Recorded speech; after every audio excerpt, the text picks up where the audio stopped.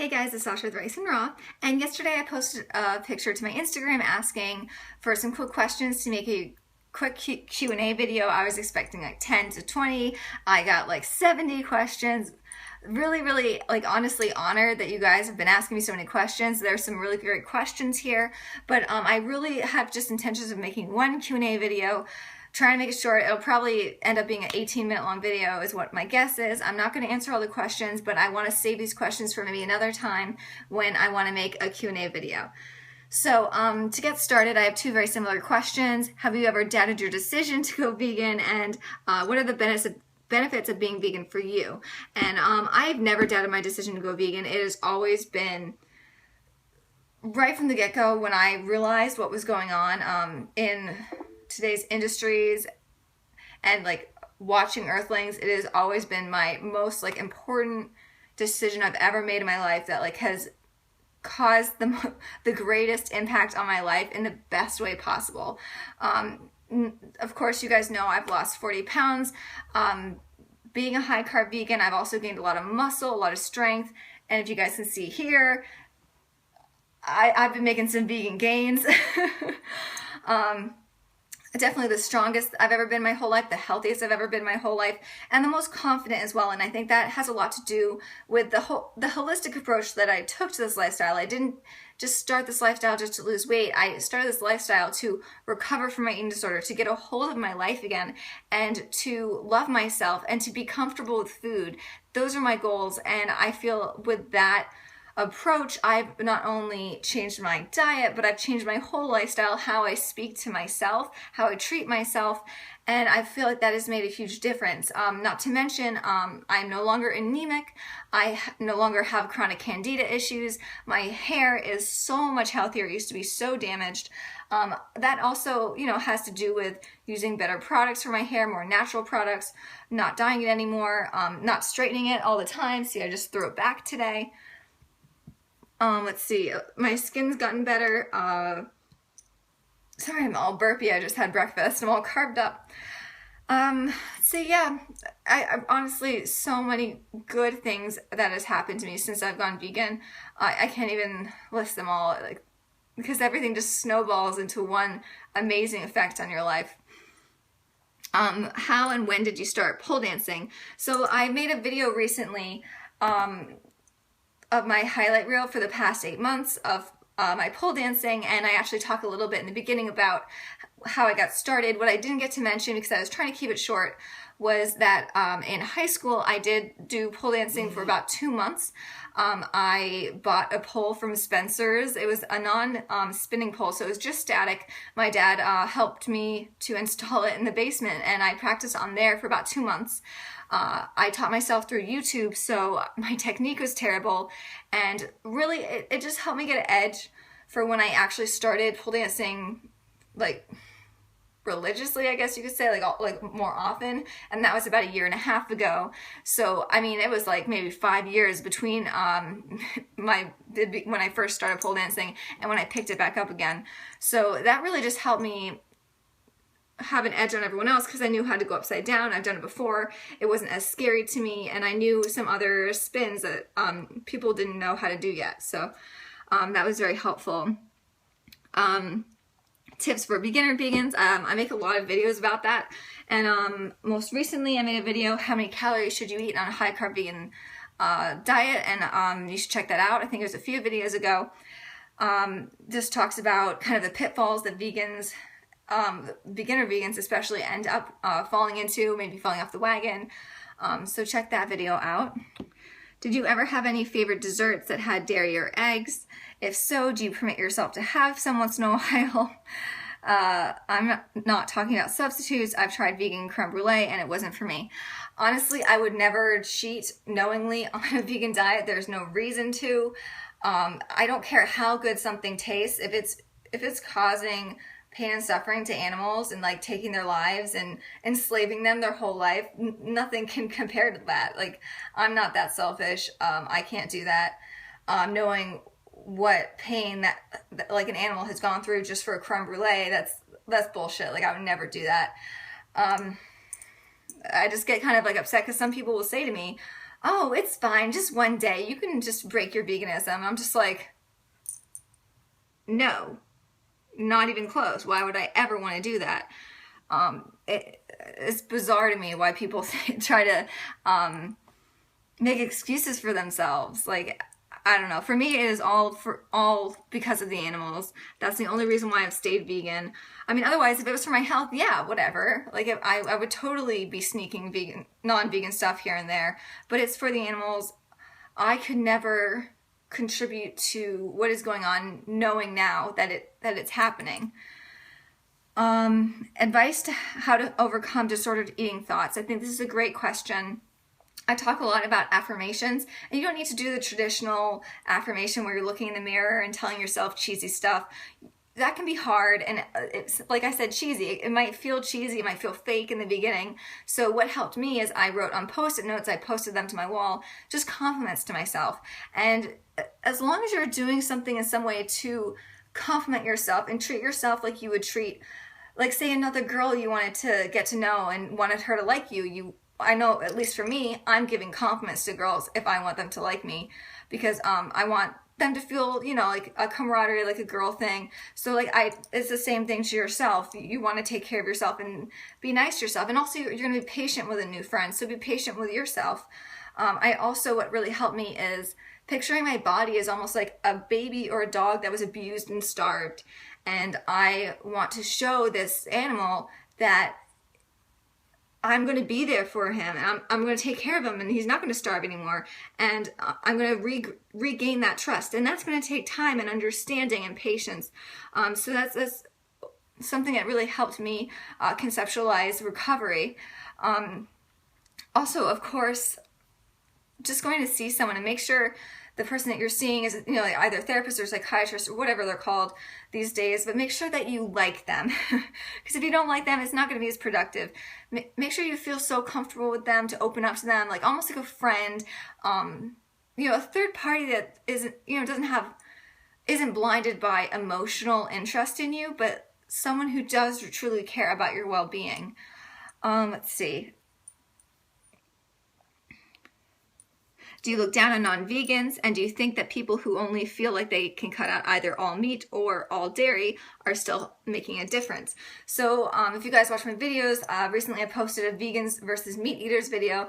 You'd know that I do not look down on non-vegans, but I do, and I will be completely honest, I do pity them completely, which is ironic because just the other day I got from someone else, and I get this all the time, oh, you're vegan? I feel so bad for you. And I'm just... This is the most ironic thing to say to a vegan, because it's like, one, this is my choice. Two, I'm pretty damn sure my life is so much better than yours just because that I'm vegan. I mean, I know personally as a girl, talking to other girls my whole life, the main thing we want, if we could make one wish, would be, I wish I could eat whatever I want and not gain weight. That's what I get to do every single day. I eat whatever I want and I don't gain weight, which now is kind of a problem because I'm trying to put on muscle, you know, but it's probably a good problem to have, as opposed to the opposite where you're eating as little as you possibly can, but you're still gaining weight. That's terrifying. So that's what I get to have as a vegan, and I'm not angry at non-vegans, but I feel bad for them. They're missing out on some really delicious food. They're contributing to something that they don't believe in without even realizing it. I do have compassion towards non-vegans.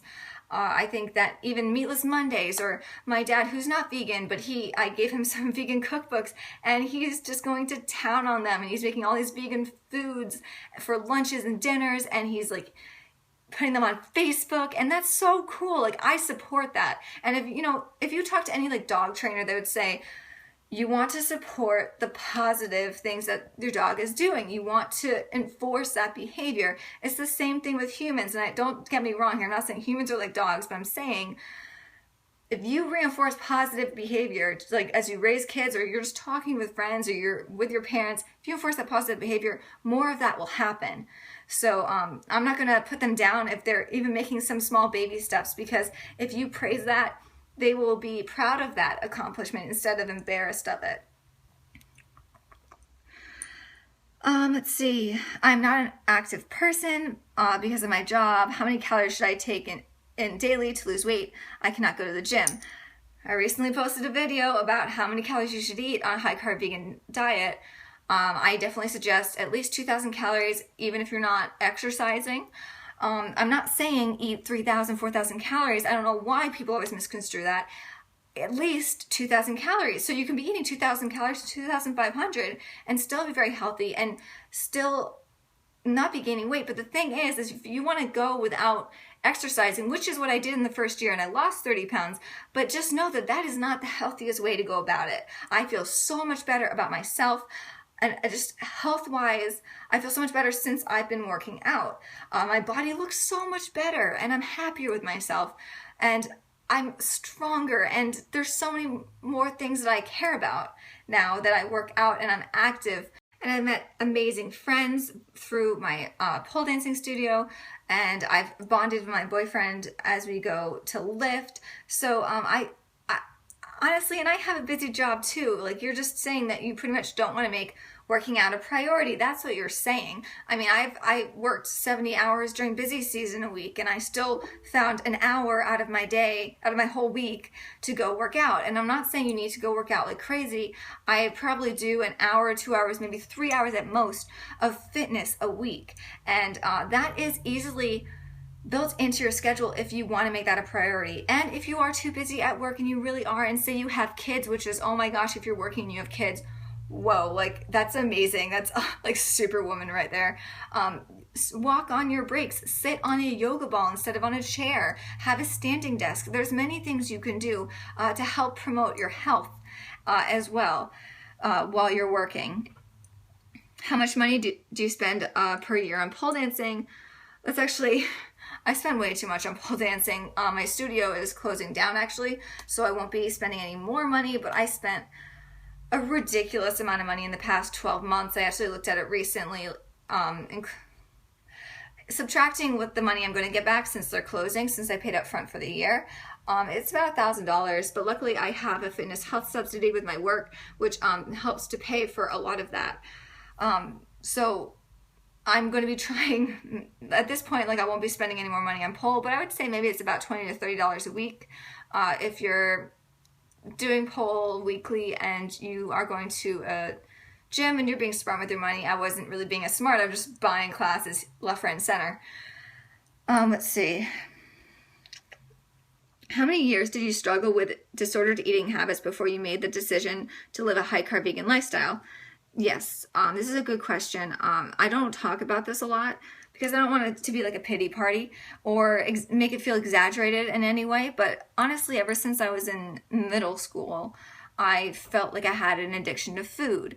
And a lot of people don't believe that. A lot of people don't believe, a lot of people don't believe that you can have a binge eating disorder.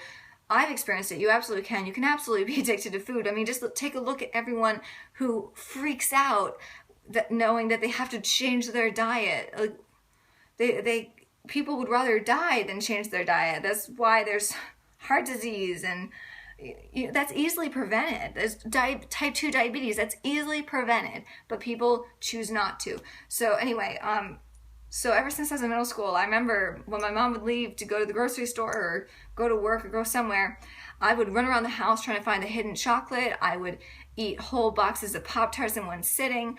Even though I was fit in like high school, let's say, my boyfriend at the time, I remember going over to his house and all I wanted to do was just eat this Oreo cake. I didn't really prioritize hanging out with him. I actually just ran upstairs right away and just started eating the cake. I was definitely obsessed with food. It was not healthy. So that ended up going into, like, officially, I guess, a binge eating disorder during my junior year in college. And that was for about a year and a half. And it was really bad. And I mean, you're eating until you are so full that you hurt, your heart hurts, your whole arm hurts.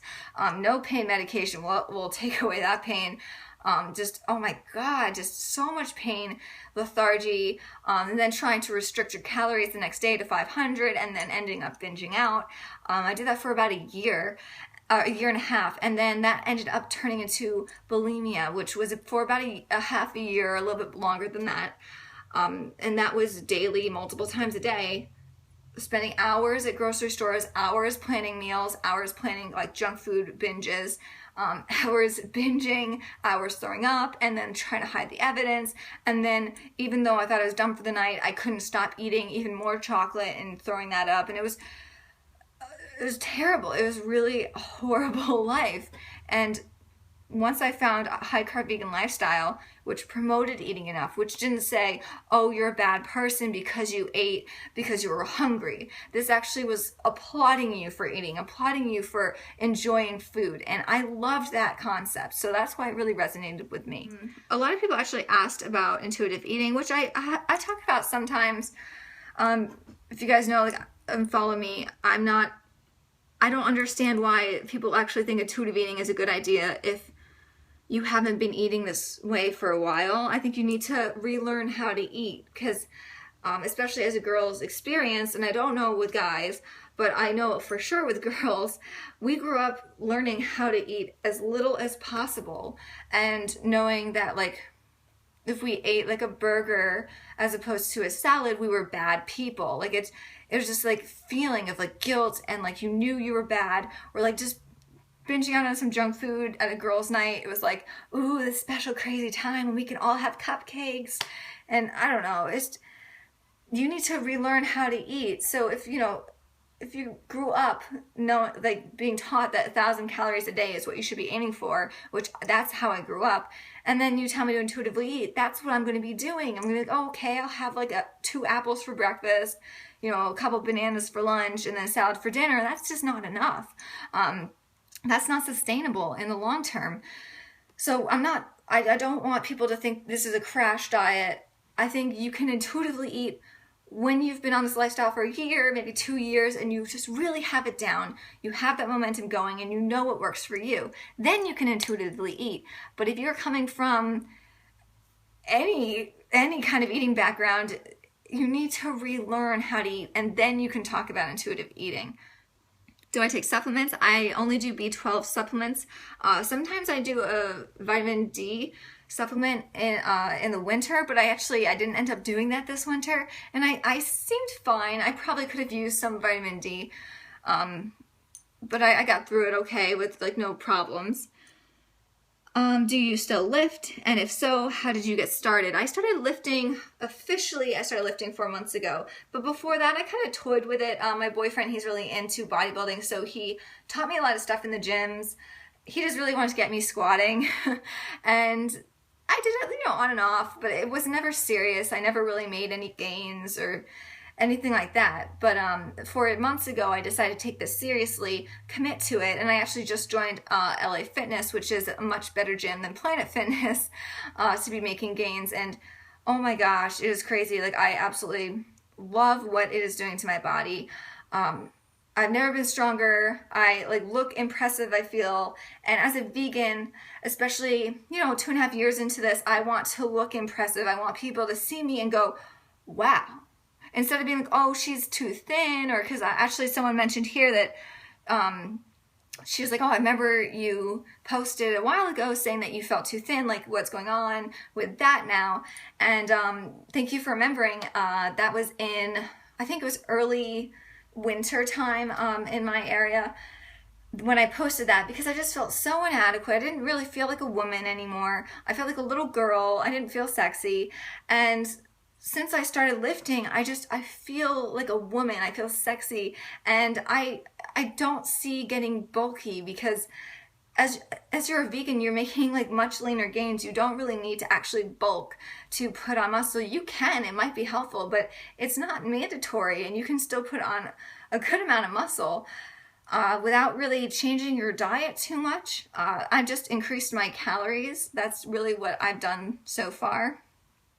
Yeah. I think a lot of those questions, hopefully I covered. I hope you guys enjoyed this Q&A video. I will be posting a few more maybe in the future, hopefully to answer some other questions. And I will see you guys later. I hope you're having a happy and healthy day. Bye.